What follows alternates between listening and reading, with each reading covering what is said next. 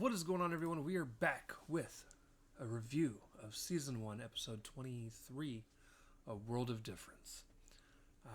Per the norm, please check the link in the description below if you're over on YouTube. That'll send you over to the Patreon where you can get everything a full week early. With that being said, as I said, this is Episode 23 of Season 1.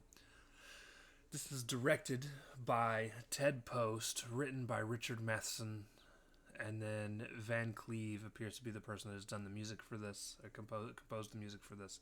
And this episode was released March 11th, 1960. To kind of give you a rundown of this. So,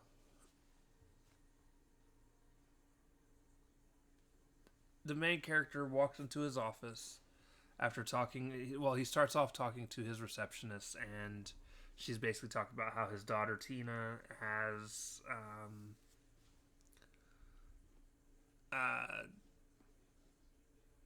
a birthday party coming up over the weekend, and she's going to be able to get tickets for them to go out of town or whatever for a party or something.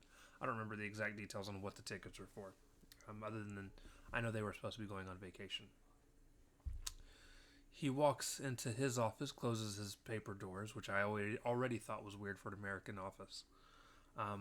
Goes to his telephone, picks it up and starts to ring, and nothing's happening, and it's not calling to anybody.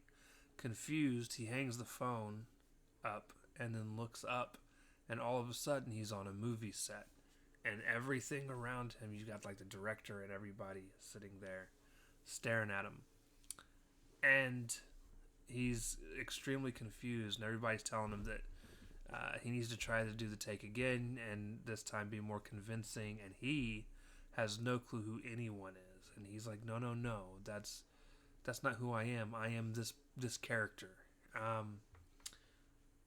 and the rest of this episode is everyone trying to convince him that he's actually just an actor, and who's apparently an alcoholic, by the way. And then on top of all of that, he's married to somebody who's just an outright twat of a human being. She basically just wants his money and is trying to find the checkbook at one point where she's trying to get him to sign over all of his money to her. And the person that runs his agency, or one of his agent in the agency, is trying to tell him, like, no, dude, you are this person. You are not you are the actor of this person. This is just a character. Everything you know about this character is in this script. And he's like trying to show him the script, and the dude's just not having it. Well, he's finally told that they're tearing down the set, and he rushes back to the set. There's also a part in between all of this that I forgot, where he actually tries to go find the house that he supposedly lived in, and he can't, and he ends up he grabs this little girl thinking it's his daughter, and then he realizes it's not, lets her go. But fast forward, he finds out that they're tearing down his office set, and he goes back into the office, and he sits down in the chair as they're taking everything out, and he like basically puts his hand over his head, and he's like, please don't leave me here, please don't leave me here, please don't leave me here. And then a light comes on, he lifts his head up, and he's just back in his office. He walks over to the window, he looks out the window, it looks like a normal window, there's no set people on the other side staring at him. He walks out, his receptionist gives him tickets, his wife comes in, she hugs and kisses him, and then he wants to go on the vacation early, and they walk out. And then it ends with the guy coming in, and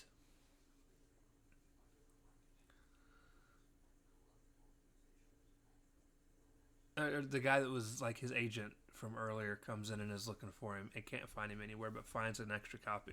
But there's an extra copy of the script left there, and it's basically hinted that, if I'm being honest, it almost has a very similar ending to a story that I didn't like from earlier in the season.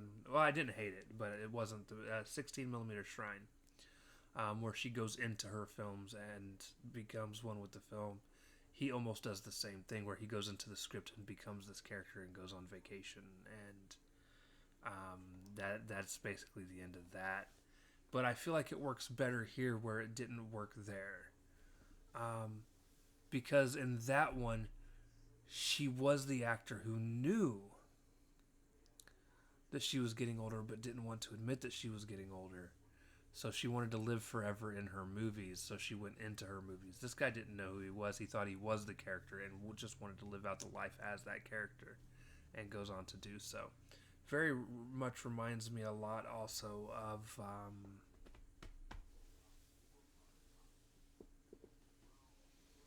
crap. There was something specific, like a movie, that I was actually going to compare. Oh, the Truman Show. That's what kind of. One of the things I think that fascinates me so much about this episode was,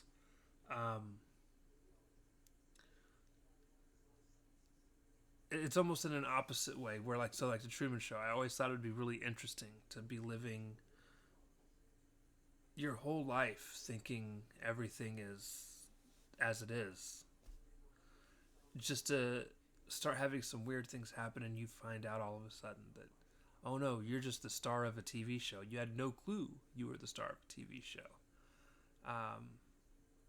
And that almost feels like what this is. Like, this guy's living life, thinking life is what it is. Now, granted, it's apparently a drunken stupor, and he's losing his mind. But he all of a sudden just realizes, no, he's living the life of being in a movie. And it was just so good. It was so good. I really enjoyed this one. And I cannot wait. Well, I won't say I can't wait. I just thought this one was really good. And we're two in a row of just banger episodes. And I'm here for it. I need more of this in my life. Anyways, that is going to do it for this one, guys. I love this episode. I don't know yet if this is my favorite one or not. I gotta go look at all of the episodes that have been released so far. But it's definitely up near the top, at the very, very, very least. So, with that being said, ladies and gentlemen, that does it for my review. One of the best episodes so far. This is what I'm looking for out of this show. If you're not going to give me horror, this is what I'm looking for. That is going to do it. Love you guys. We'll see you next time. Peace. I do this, by the way. You don't see the peace sign because it's way over here. Peace.